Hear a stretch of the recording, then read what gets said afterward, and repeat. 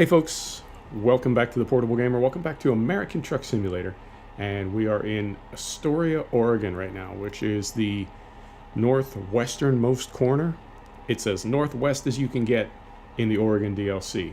And we are still in, this is the Air Death Volvo, and I did build a skin for it. I want to take a minute. Let's take a minute and appreciate this skin. You know, different skins take different amounts of time. There's some trucks that are really super easy to skin. This one is not one of them. This took me about 4 hours, which seems silly because it's such a simple skin. But man, this truck, when you see the template for it, it's just all blown up. There's pieces everywhere and you have to figure out what goes where and align it all. So I'm really happy with that. I'm really pleased with the way that turned out. It's just a simple skin, you know, nothing fancy about it, but it did take a minute, my goodness. So we are in Astoria, and we are going to be driving to Ontario. And the reason for that is this will take us down to the last part of the map that we haven't explored. There's a couple little places over here, but this part we have not explored. So we're going to get to Ontario, and then from there, I don't know, either down to Reading, which will cover this area in here, and I believe this is new as well, or down to Winnemucca or someplace. We'll figure it out. But yeah, man, it's going to be a long trip. Now, the sun is just coming up. It is 4:30 in the morning. So the sun is just coming up. And with the time compression, the way the game works, we ought to be just fine to do a trip in daylight. It's been a minute. It's been a minute since we've done a trip in daylight. And that's not intentional. I've just been driving, you know, wherever the road takes me, that's where I've been going. So we got plenty of fuel. This thing has massive fuel tanks, so we've got plenty of fuel. And yeah, we'll just drive for a while. I am probably going to have to sleep, but that's okay. We'll at least drive for a while in daylight. And then if I need to pull in and sleep, we'll pull in and sleep and finish in the dark. I don't know. We may not finish this trip in this video at all because it's kind of a haul. It's the one, I wouldn't call it a downside, but I guess it's a factor, a reality. I don't know. But as you level up and can take longer and longer trips, you end up taking longer and longer trips. Now, there is a slider in the gameplay settings where you can actually have it sort of give you more options for shorter trips. Good way to say it.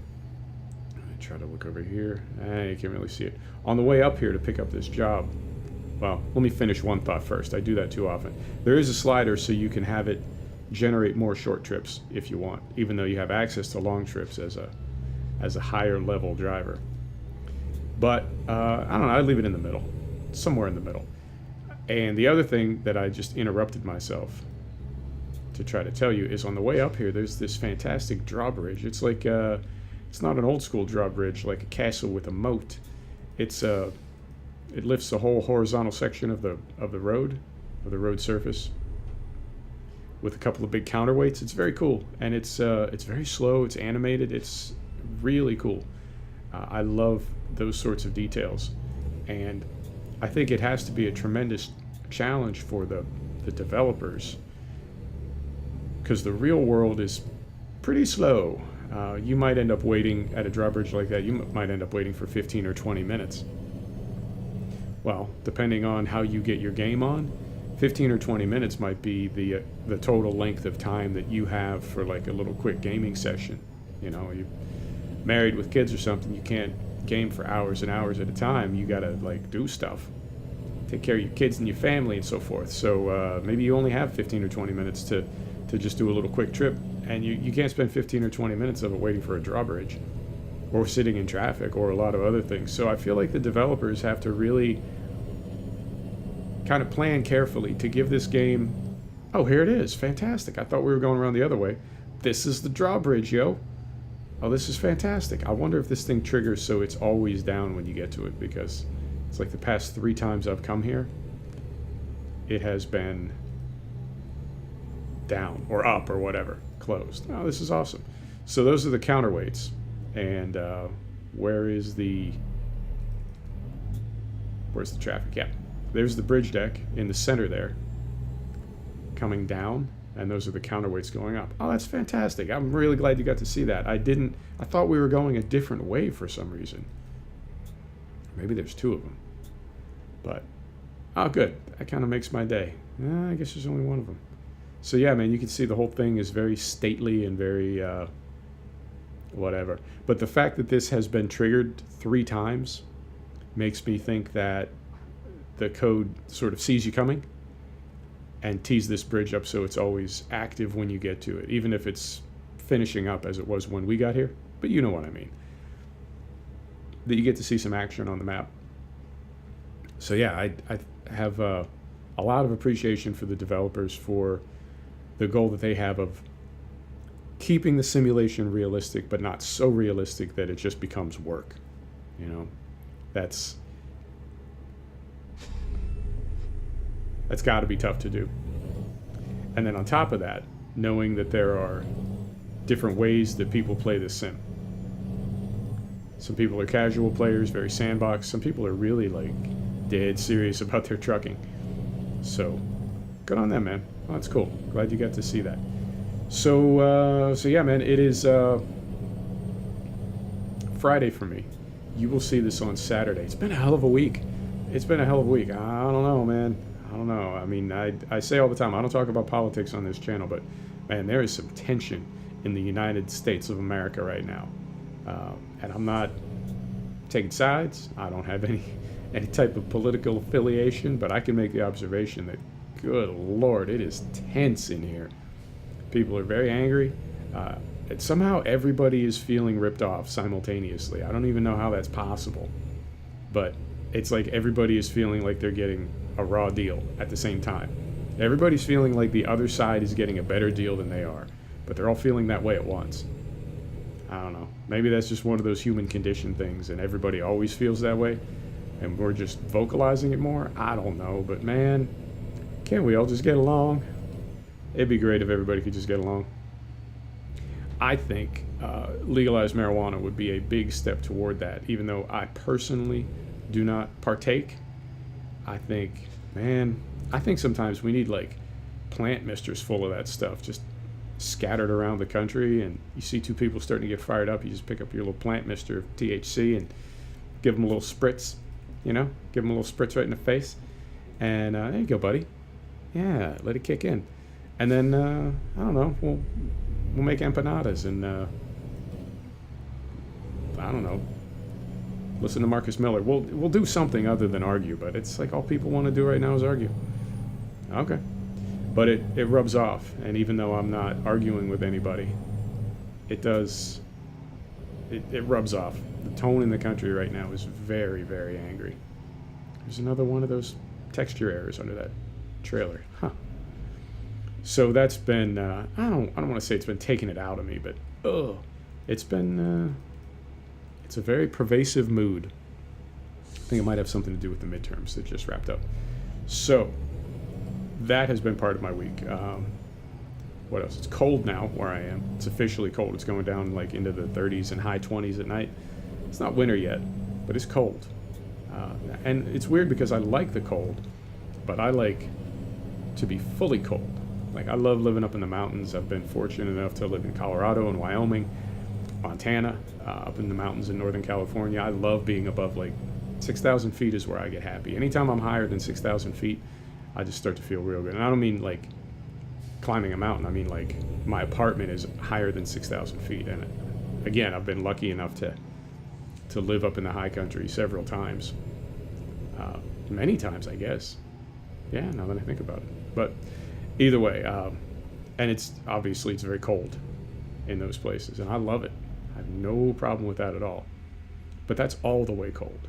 You know what I mean? It's not necessarily bitter cold. Like, particularly Northern California never really gets bitter cold, but it's just consistently winter cold. Plus you get, a place like Mammoth or Tahoe, you get 20 or 30 feet of snow every year.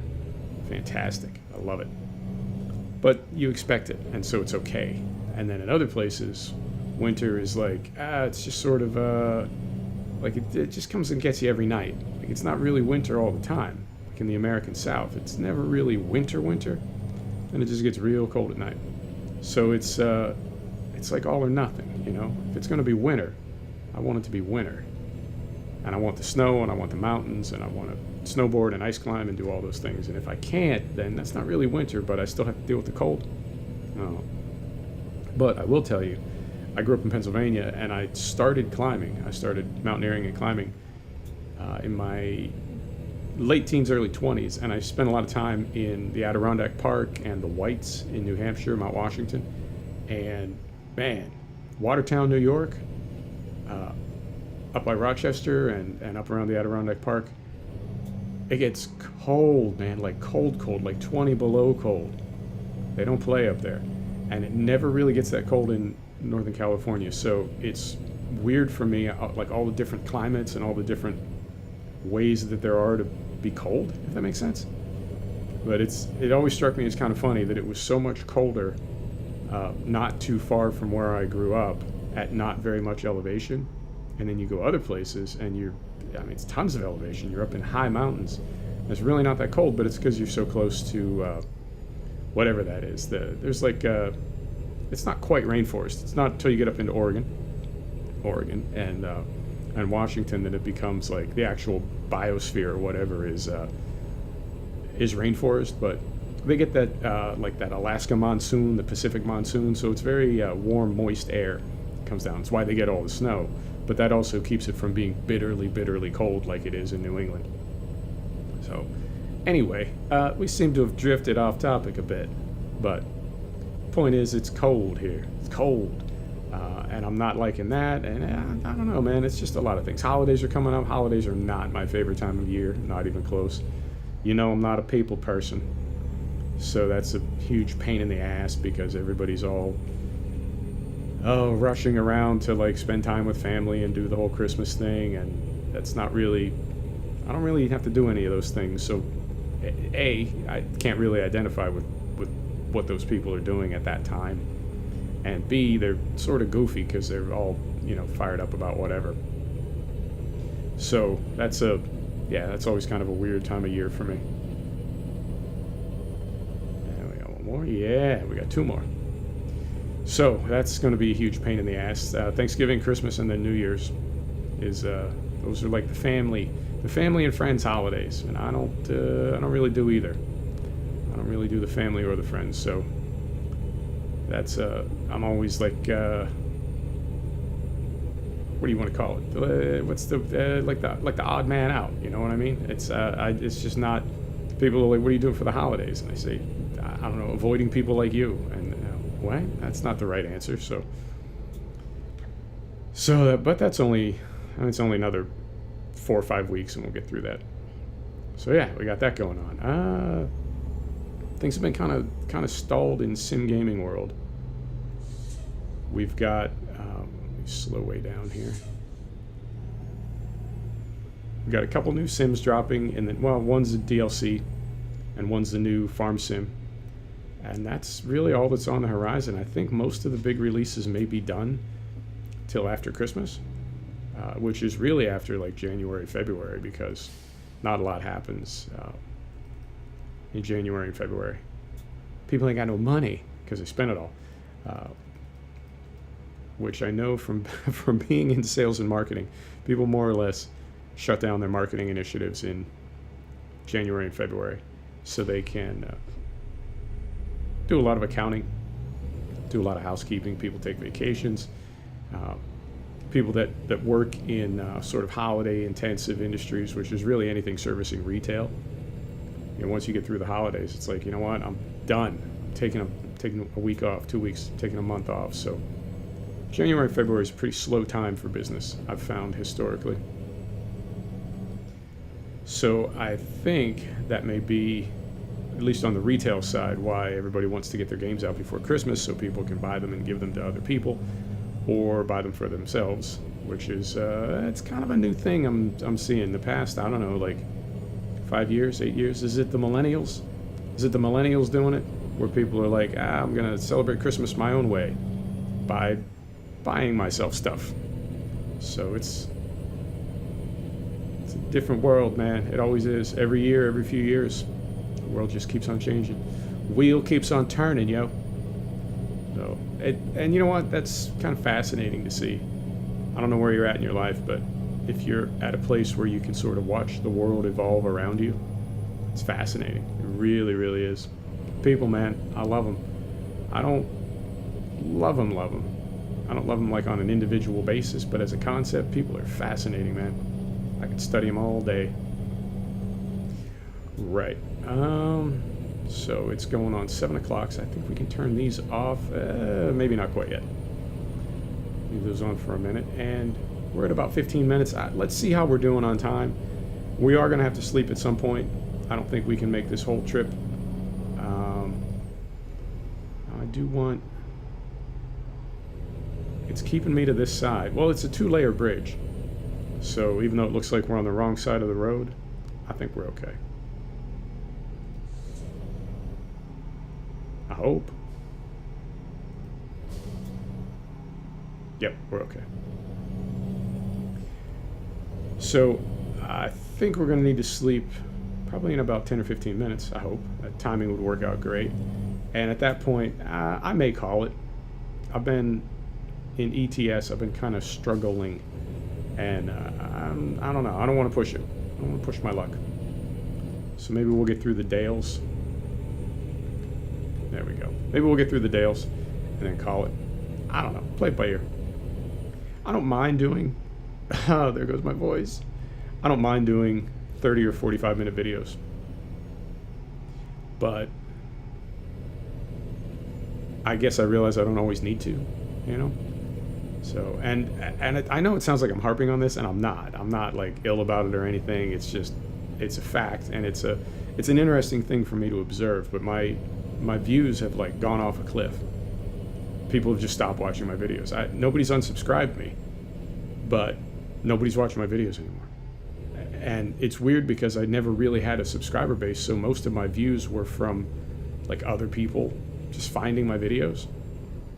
So I don't know what's going on. I don't know if the people that were regularly coming to the channel and watching my videos have stopped, or if the way that the algorithm was routing traffic to my channel, new traffic, whether that's different, I don't know. But I know my views have gone off a cliff to the point where, you know, and I've said this before, it's not a threat or anything. I mean, I've never had enough views to, like, leverage that, if that makes sense. So it's not a threat when I say this, but it's really getting to the point where it's like, I could probably stop doing this. I really enjoy doing it, but it just seems to be going nowhere. So so what I'm saying is the difference between a 30-minute video and a 45-minute video. You know, I don't want to make my videos too long or too short. You know, I want to make them just right. But then it's like, oh, there doesn't seem to be a just right. Like, it's just nothing. So I don't know. I don't know. I don't know. Well, let's go till we sleep. And of course, it always seems to work out this way. We're going to sleep and wake up at, like, dark. Once again, it's going to be dark when we wake up. So, you know, maybe, I don't know. Maybe I'll finish off camera and then pick up again in daylight. I don't know. I don't know nothing, man. Should have asked me when I was 17. That's when I knew everything. Now, I don't know nothing.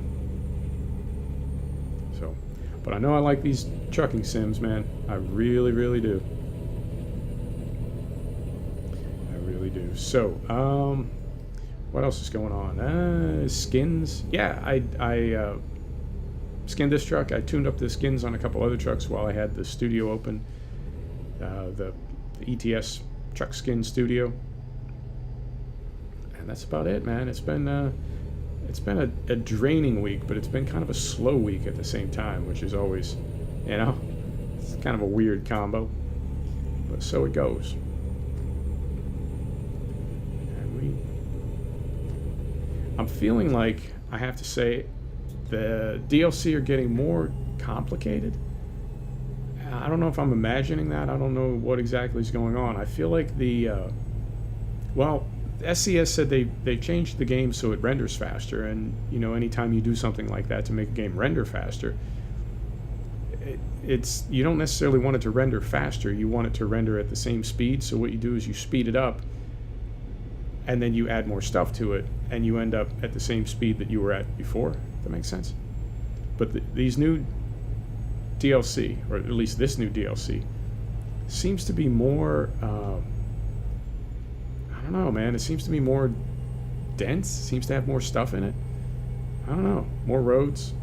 I know the cities in Oregon, all the bridges and everything, they just seem like more something than any other cities on the map or on the base game or on any of the DLC to date. So to me, that means they found a way to cram more stuff in without really impacting performance. Good on them, man. I feel like I can spot the difference. I feel like I can tell. Where is this one? Up around the corner. Yeah, and I could just be imagining that, but I feel like I can spot more scenery, but we're really not taking a hit on performance in those areas.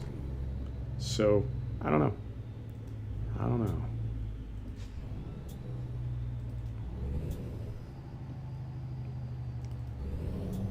Get pulled right up here, right about up in here.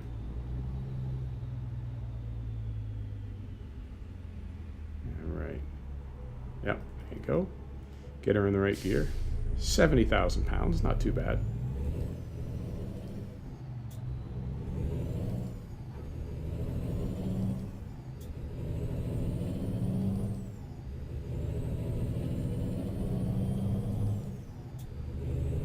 When we get back out on the highway here, oh, what's this guy doing?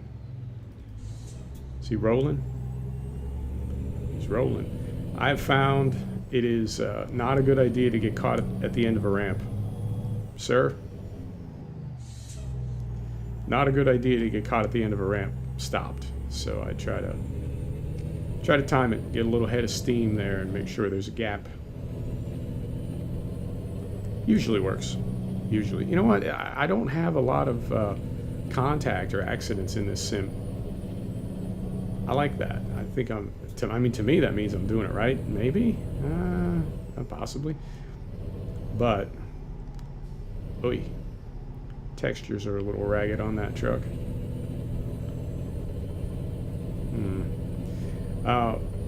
To me that means I'm doing something right. Maybe, I guess, I don't know. But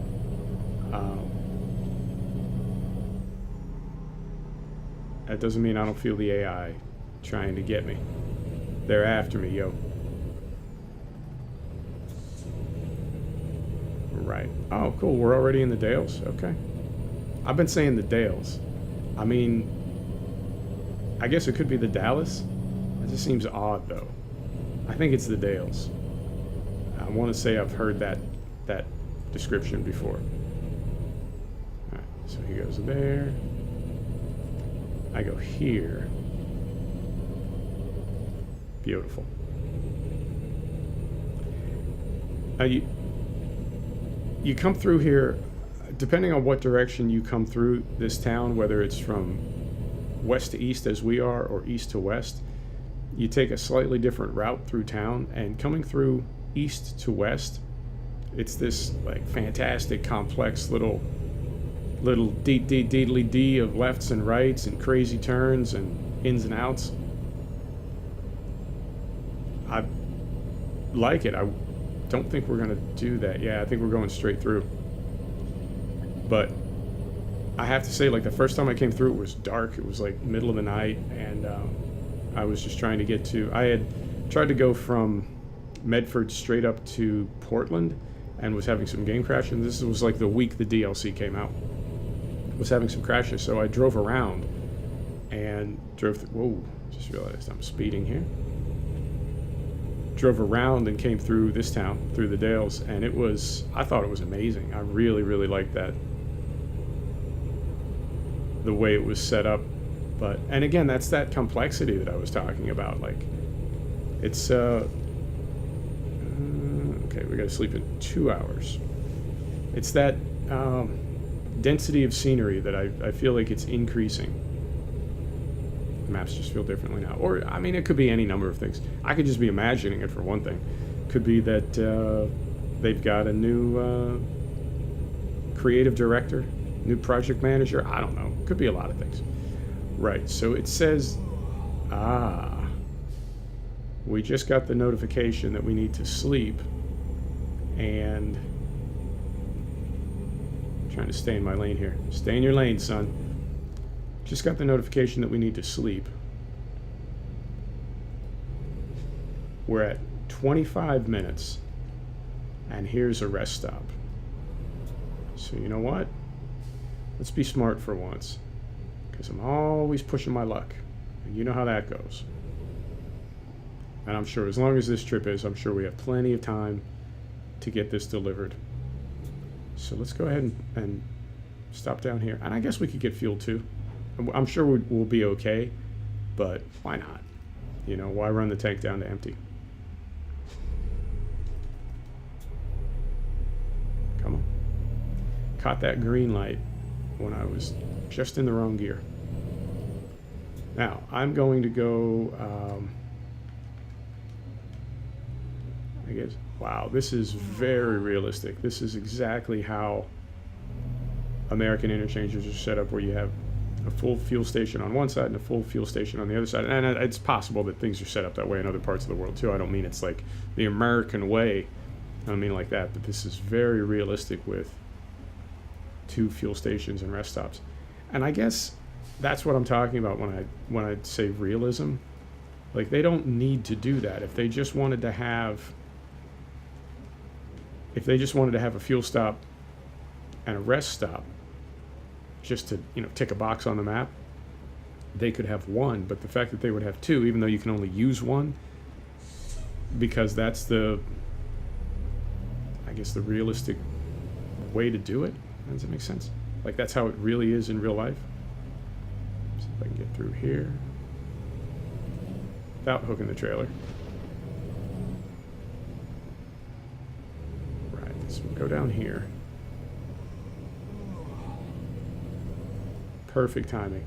And we may, you know, when you have a long trailer on, a tandem and what have you, it's sometimes, okay, it's telling me I can't even turn in there. Truck exit only. Fantastic. Details, man. Details. I am impressed.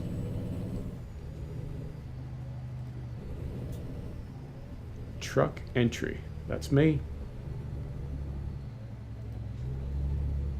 Now, where do we want to park this thing?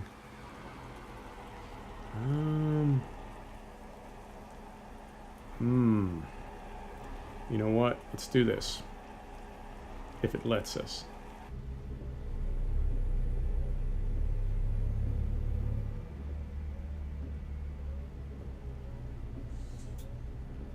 So, wipers off.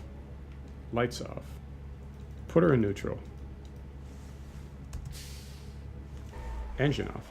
Oh, fantastic. Okay, it is going to let us rest. So let's hop outside for a little, no, man. Beat it. Gotta take a thumbnail, yo. No, beat it. So let's, yeah, there's our thumbnail. We'll call it right there. We're at 28 minutes. That's perfect. Folks, thanks for stopping back to check out The Portable Gamer. Thanks for joining us for another episode of American Truck Simulator. And we'll see you next time. Take care.